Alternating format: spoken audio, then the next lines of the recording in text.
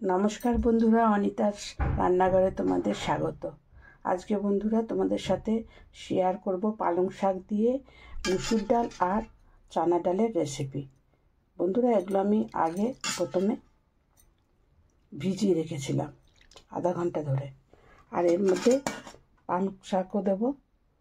এটা আমি কেটে ধুয়ে রেখেছি ভালো মতো করে। আর এর মধ্যে মশলা লাগবে পেঁয়াজ, লঙ্কা, রসুন আর আদা।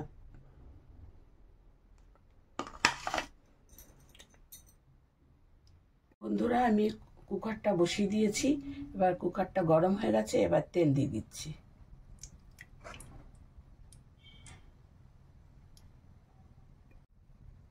তেলটা গরম হয়ে গেছে, এবার এর মধ্যে জিরা আর শুকনো লঙ্কা ফোড়ন দিলাম।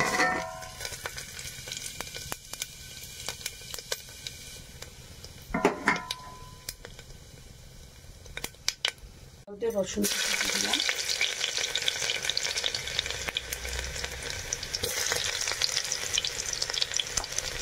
এর মধ্যে পেঁয়াজ দিয়ে দিলাম,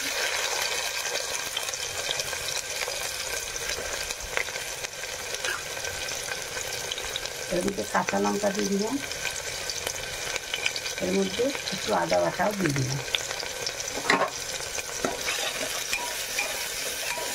একটু ভেজে নিতে হবে। পুরো একদম মশলাগুলো ভাজা হয়ে গেছে, এবার এর মধ্যে টমেটো দিয়ে দিলাম।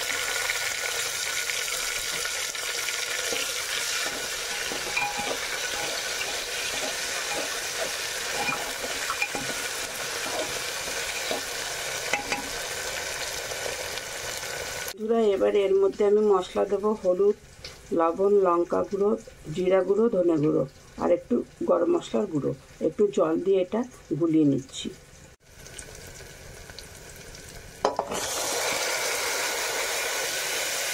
মশলাটা দিয়ে দিলাম, এর মধ্যে একটু মশলা দিয়ে এর মধ্যে একটু গরম মশলা দিয়ে দিচ্ছি।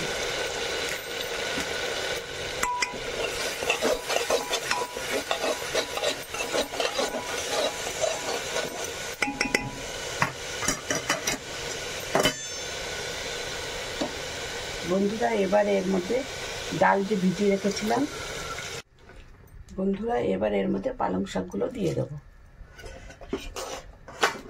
কেটে ধুয়ে রেখেছিলাম, ছোট ছোট করে কেটে ধুয়ে রেখেছিলাম। এবার এটা ডালটা 3টা সিটি আসলে এটা বন্ধ করে দেবো। এবার 3টা সিটি আসলে আমি এটা ডালটাকে বন্ধ করে দেবো।